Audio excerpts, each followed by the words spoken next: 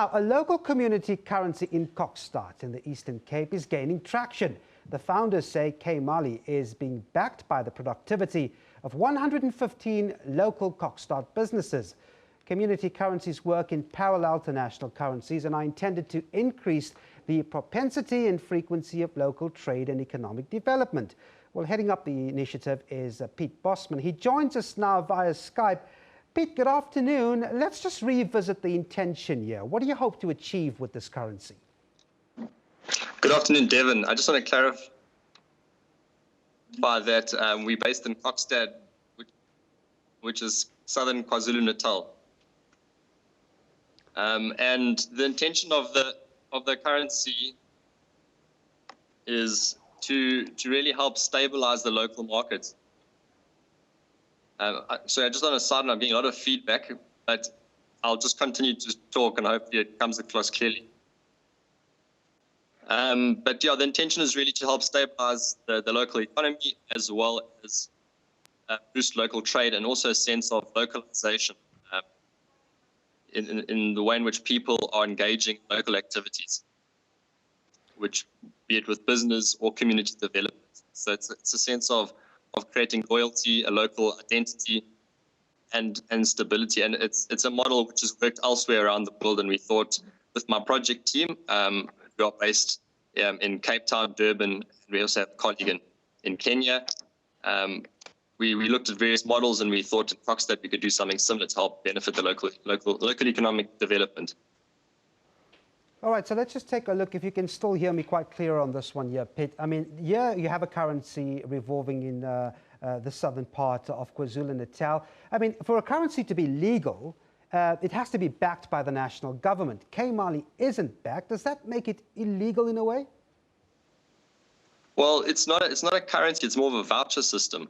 So the intention is really just to do something which works in parallel, and it complements the current financial model, the current national currency, and it works at such a small component of trade that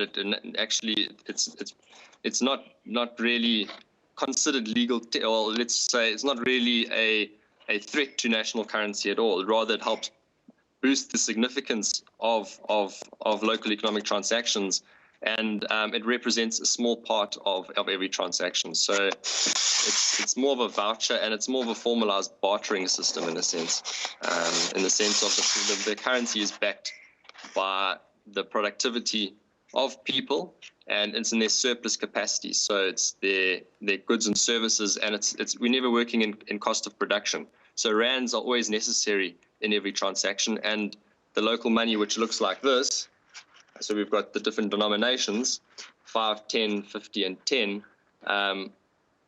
they really represent either 5% of a transaction or 10%, and some businesses are taking it more, but there's such a small amount in circulation at the moment that it's not really a threat to anything at all.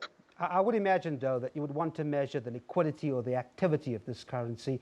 Or voucher, how do you do that? When you say measure, in what sense? Can you maybe elaborate? You want to get a sense of exactly how active these vouchers are. We said earlier when we crossed you that about 115 companies are actually using it. How do you get a sense of how well this currency or voucher is doing? Okay, so at the moment it's still a very novel concept, and a lot of people have a very limited understanding of what money is to begin with and how money works, how it comes into circulation.